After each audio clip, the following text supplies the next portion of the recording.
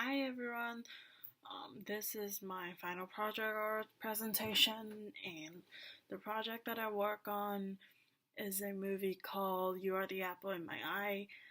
The Chinese is "那些年我们一起追的女孩." The movie was mainly about a girl, not a girl, a boy, and a bunch of his classmates, his gang. They all had a crush on this girl, and they were all trying to impress this girl, and there were a lot of things that they've gone through together. So the main character's name is Ke Jingteng. He's a troublemaker in class, and the female character's name was Shen Jiayi. She was a straight A student. The reason why I chose this movie was because I used to like the author. The movie was based on a novel. I used to be a very big fan of this author, and it was one of my favorite books when I was a middle school student. And I did like the movie when the movie came out. It came out in 2011.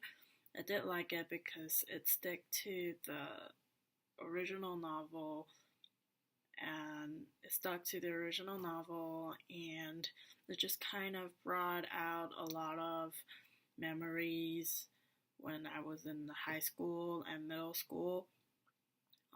Although I didn't have the romantic plot, I didn't have a boy that liked me a lot, but it's still fun to see students, you know, suffering from tests and starting to like someone, starting to fall in love. It was it was a very nostalgic movie for me. Well, and also to do this project, I also rewatched the movie, and I was when it came out, it was 2011. I was a college student at that back then. I feel like, well, I miss those days, but I'm still not too far away. But now I'm a grad school student, um, looking at looking at it looking at the students, the high school students, and the middle school students. It's more it's more far away from me, and I just feel old. Actually, I felt very old when I was rewatching this movie. So the project that I work on is actually a Chinese version movie. It was different from the Taiwanese version movie because of censorship in China. For example, um, in both in the novel and the Taiwanese version movie, um, Ke was assigned to the seat in front of Shen because he was jerking off at his history teacher. But in the project that I worked on, it just kind of omitted that part, and all of a sudden he was sitting in front of Shen.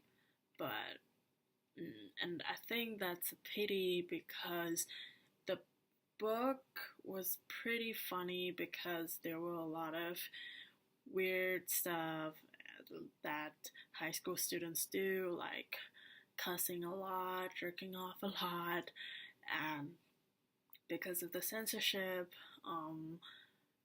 the audience in China couldn't enjoy the movie as it was supposed to be, which I think it's kind of a shame. And so the story is about Ke and Shen. So Ke is a troublemaker student, and he was assigned to be seated. He was seated in front of Shen, and Shen was a straight A student. One day, Shen forgot his English textbook, so Ke passed his to her, and he was punished by the teacher. And since that day, Shen started to um, see Ko in a different way, and she decided to help him study. So Shen would prepare a small quiz, to like a practice quiz for Ko to practice it at home so that he can get a good grade, he can get a better grades in the test the next day. And they would stay up. They would stay in school to study after school, and well, with all her help, Ko's grades were gradually improved. And then, um, after graduation, they went on a date, and Ko told Shen that he liked her, and but he was too afraid to hear Shen's answer because he thought she would say no to him, so he would rather just keep liking her instead of being rejected. But they were still in touch the for the for their freshman year, and until one day they had a big fight. The reason they had a big fight was because Ke held a fighting game at his school, and he just got hurt, and he got hurt a lot because it was just like a street fighting event. And Shen went to visit him, and he was very, very mad at him because she didn't understand why he would want to hurt himself for no reason, and Ko simply didn't know why she was so upset. So after that, they kind of lost each other and they stopped talking. But one day, there was a big earthquake. There was a big earthquake, and they started to talk again. That day, so the night of the earthquake, they talked on the phone for a very long time, and they both admitted that they were just not meant to be together, and they have all passed on, they have all moved on, and they could joke about this. And well, after that, they weren't as close as they were, and one day, and Ke became a writer, and one day he got this phone call. It was Shen, and she told him that she was getting married, and she would like him to go to the wedding ceremony. So all the gang members in their high school gathered together at Shen's wedding, and they were talking about. So after the ceremony, they joked about how they should be able to kiss the bride, and the groom told them that if they want to kiss the bride, they should kiss him first in the same way. And as he was saying, like, the moment he finished saying that, Ke ran straight up to him, pushing on the table, and started kissing him. And at the last scene of the movie, it was actually Ke and Shen kissing, and the movie rewinded everything on how things would have been different if they didn't have that fight, if Ke actually was brave enough to ask Shen to tell him his answer, and in those rewinds we found out that she would actually say yes, and they would have been boyfriends and girlfriends, and maybe they would be the couple that's getting married instead of Shen getting married to another man. There were a couple challenges during the process of subtitling. The first thing was there were a lot of culture bound terms.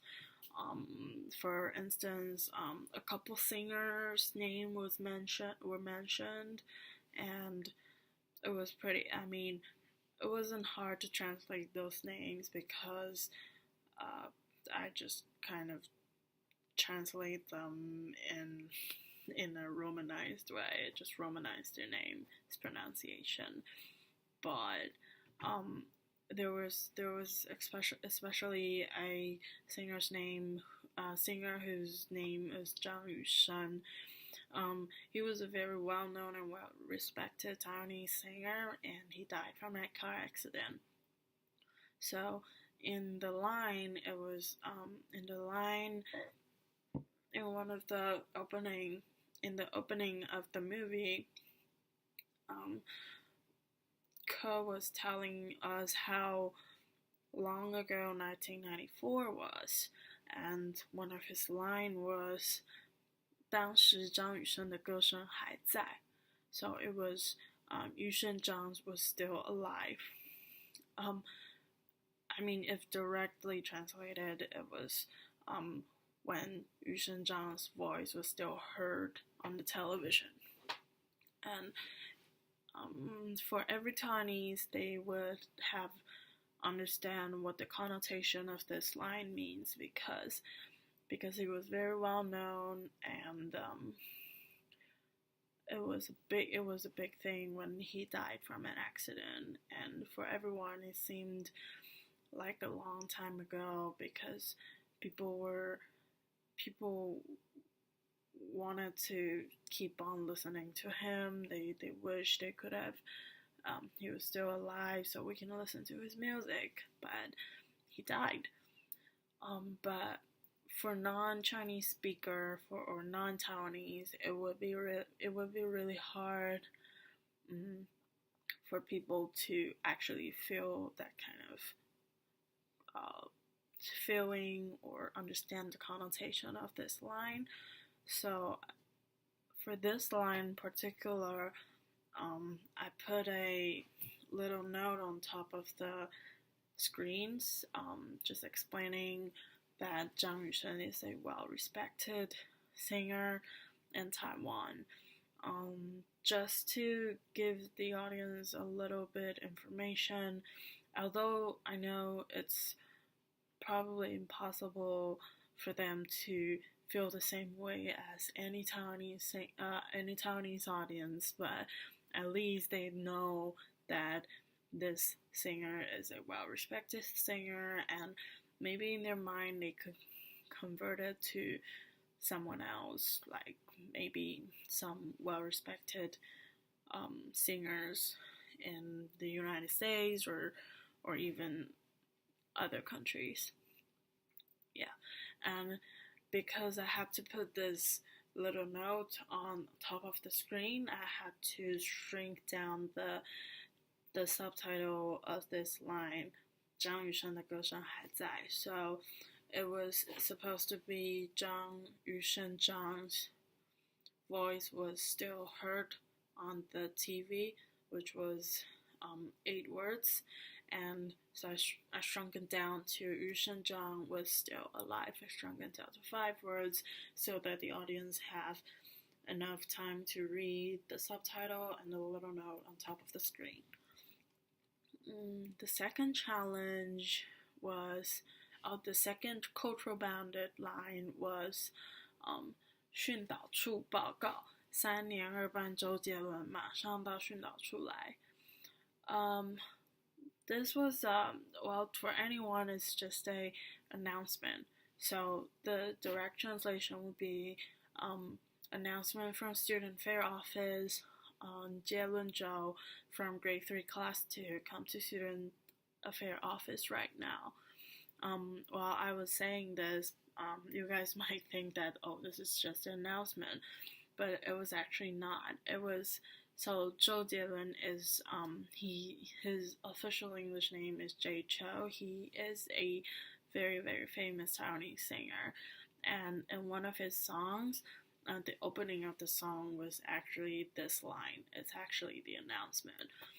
And so I'm pretty sure every Taiwanese audience would have laughed out loud when this line came up. But it's almost impossible to convey this, to tell people like you are supposed to laugh at this line. So I didn't do anything about it, but I also translate Zhou Jielun into Jielun Zhou instead of Jay Chou, because it would be weird if all of a sudden there's a name that was dealt in a different way. It would confuse the audience, because all the other names that appeared in this movie, I simply just translate them with their pronunciation. So I think this is kind of the small thing that I did notice, and I didn't want to confuse the audience. And another challenge was dialect. So in Taiwan, there were Mandarin or Putonghua, and it's considered a dialect of Chinese, because Chinese is a vague word. So for the official language for China, it's Putonghua, and it's considered one of the dialects of China too. So in Taiwan, we speak Putonghua, but there is also a dialect. There are a couple dialects that are spoken in Taiwan. So there was Taiwanese. My parents and my grandparents, they all speak Taiwanese, and I also speak a little Taiwanese. And then there was Hakka, and we have a little population of Aboriginals, and they also have their own language. There were little Chinese spoken in this movie, and I think the most impressive one was the scene when Ke was studying English in the bathroom, and his mom came to the bathroom, and she was knocking on the door, and she was like, so the verb 想, I think it's a very vivid word for when you really want to pee and you just couldn't hold it anymore, so it kind of come out a little bit. And I think 想, this verb, is a very, very accurate word for this thing, like the pee coming out a little bit. And so, but it was really, really hard to translate it, because I couldn't even find a good word to describe sham in Mandarin, not let alone English. So I tackled it with your mom has to use the bathroom real bad. I did a little bit. It was a little bit different, because I think real bad is not a formal English usage, so I did put a little bit thought in it. I don't want it to be too formal, and because she was speaking Taiwanese, and so I kind of put like a little bit slang, different tones in the English, so that people can perhaps laugh or get that her mom really needs to go to the bathroom. and also there was this word, and there were a lot of slangs in the movie, and it's also really hard to translate them, um, because those words are so colloquial and vulgar. Um, it was even hard for me to explain it in Mandarin because we were so used to it and they sort of just came out of nowhere. Um, for instance, there was this usage called 打手枪. So 打 is hit and 手枪 is gun. But together, 打手枪 means masturbating. And and in daily conversation, we wouldn't say 打手枪. We'd probably just say 打 for just using the verb to represent the whole phrase. And it was really hard to. It wasn't hard to translate it because we do have other words for masturbation, because masturbating is a formal word, and we use jerking off or jack off to say these words. So it wasn't that hard, but I think it's an example that showing that not every word has its own fixed translation, and you have to also be cultural familiar with your source language in order to understand what's going on. And well, for me, it was because I'm Taiwanese, so everything was very familiar with me. But I'm pretty sure if I worked on a Chinese film, it would be harder for me because there will be different usage. Maybe they don't say 打手枪, maybe they say other stuff, and I'll have to look it up, and maybe I won't even be able to look it up online because it was so colloquial, but everyone just sort of know it. This project is very important to me because I do want to be a subtitler in the future, and this is a very good practice for me. I did use a different software for subtitling and use the because we've used the subtitle workshop and the YouTube subtitling, and since I have a MacBook, I'm very familiar with the iMovie subtitling function. So I've chosen another software called it's called AG subtitling, I think. Let me check. It's called AG Sub, and it's Advanced Subtitle Editor. Oh, AG Sub Advanced Subtitle Editor, and I think it's a cross platform subtitle editor, so it's running pretty smoothly when you're working on a Mac, and it is really, I would say it's very rare for a subtitling for a subtitle software to run that smoothly on a Mac without using a Windows stimulator. And I really like the software, and they have a karaoke function, which was cool.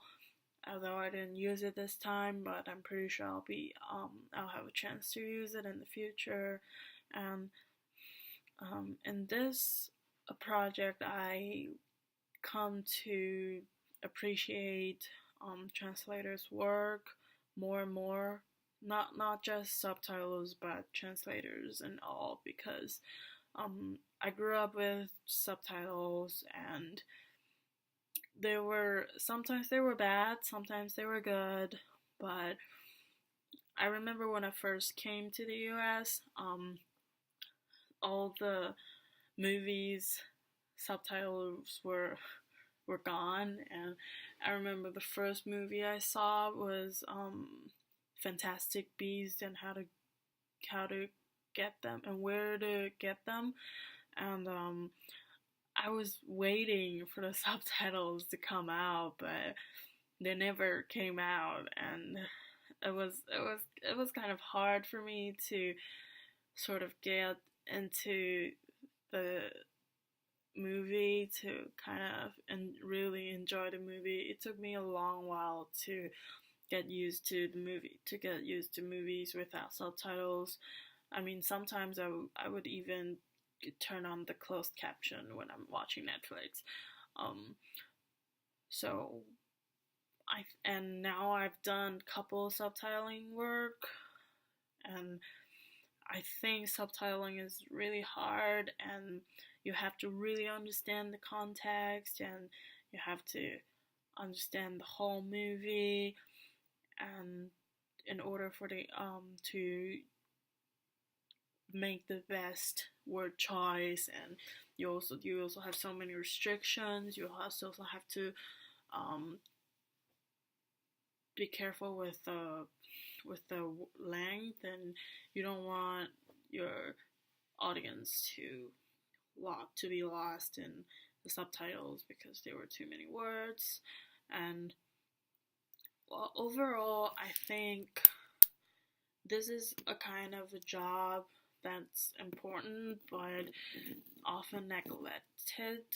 So I think even one day I stop being a translator or a subtitler, I'll always appreciate subtitling. I always appreciate the multilingual, the manual in different languages, and I'll always appreciate the subtitles, even though they might be bad, but I'll know that they've put a lot of effort on it, and it's not easy to get the job done well. So this is the oral presentation of my final project. It was a lot of fun having class with you guys, and I hope you guys all have a Merry Christmas and a Happy New Year. Thank you.